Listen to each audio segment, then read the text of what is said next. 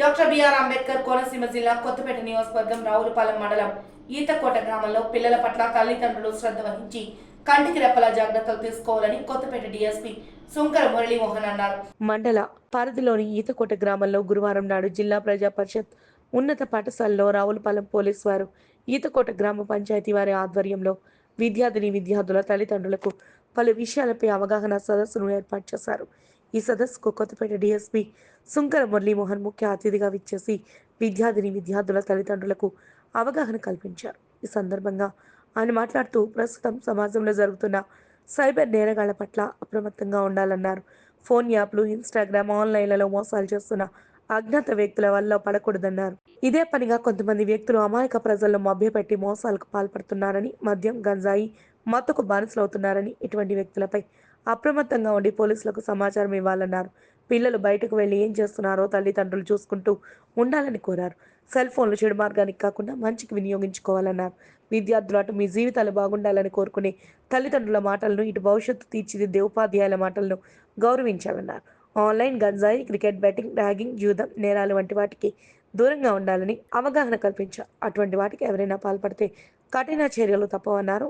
మీ పట్ల ఎవరైనా అసభ్యంగా ప్రవర్తిస్తే, ర్యాగింగ్ చేసిన వెంటనే పోలీసులకు సమాచారం అందజేయాలన్నారు. ఈ కార్యక్రమంలో Ravulapalem town CI M Shekhar Babu, SI N Ramu, గ్రామ పంచాయతీ కార్యదర్శి మాడుగుల సుందర రామలక్ష్మణ శర్మ, పాఠశాల ప్రధాన ఉపాధ్యాయులు కెవి కృష్ణారెడ్డి, పాఠశాల చైర్మన్ పిప్పర రమేష్, గ్రామ పెద్దలు, మహిళలు పాల్గొన్నారు. అందుకోసం ఎవరి దగ్గర పడితే యాప్ వచ్చి దాంట్లో ఒక 5,000 6,000 పడిపోతే నీ బయోడేటా అంతా వెళ్ళిపోయిన తర్వాత వాడేమో మన ఫొటోస్ మనం అన్నీ కూడా మార్కింగ్ చేసేసి రకరకాలుగా అబ్యూజివ్గా తయారు చేసి మన కాంటాక్ట్స్ అన్నింటికి పడుతుంటే చనిపోయిన కూడా ఉన్నారు.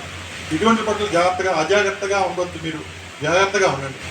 అలా వాడి ఫోన్ స్విచ్ ఆఫ్ చేసేస్తారు. అప్పుడు పోలీసులు గుర్తుకొస్తారు. మన జ్ఞానం ఉండాలి కదా. నీ ఫోన్కి ఎలా వస్తుంది? నీకు ఎంప్లాయ్మెంట్ వచ్చిందని చెప్పి ఆ జ్ఞానం మనకు ఉండాలా లేదా?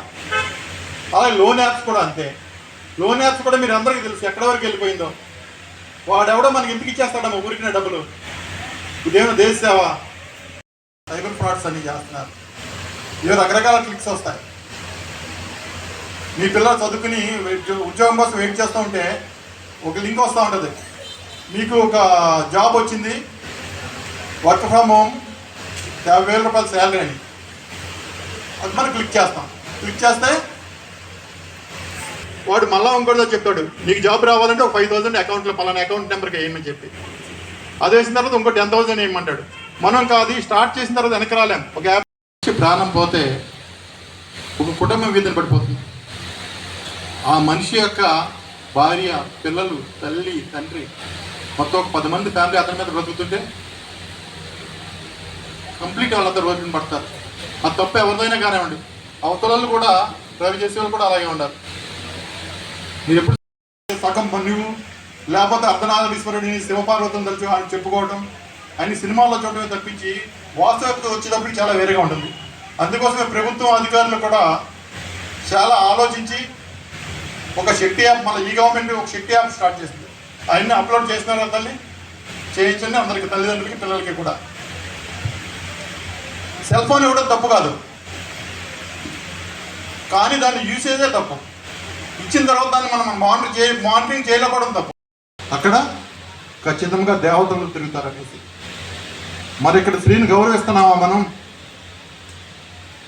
ఎందుకు చెప్తాండి? చిన్నపిల్లలకి అర్థం చేసుకునే వయసు లేకపోవచ్చు, కానీ ఇక్కడ తల్లిదండ్రులు ఉన్నారు, మీకు ఎదిగిన పిల్లలు కూడా ఉంటారు. వాళ్ళకి చెప్తారన్న ఉద్దేశంతో చెప్తున్నాను. ఇప్పుడు స్త్రీని గౌరవిస్తున్నామా మనం? సాంప్రదాయానికి, సంస్కృతికి సంబంధించినటువంటి సాంప్రదాయాలకు, సంస్కృతి పెద్దపీట వేసేటటువంటి భారతదేశంలో పుట్టాం. అదే ఎక్కడైనా ఆఫ్ఘనిస్తాన్లో పుట్టుంటే, పాకిస్తాన్లో పుట్టుంటే ఇంత ప్రశాంతంగా కూర్చునేవాళ్ళమా మనం? బాంబుల మూతల మధ్య ఏమైపోతుంది? మనం ఎక్కువగా ఏదైతే చూస్తున్నామో, ఏదైతే వింటున్నామో ప్రభావితం చేస్తుంది. అంటే మనం ఎక్కువగా ఏది వింటున్నామో, ఏది ఎక్కువగా కంటితో చూస్తున్నామో అది ఇంట్రెస్ట్.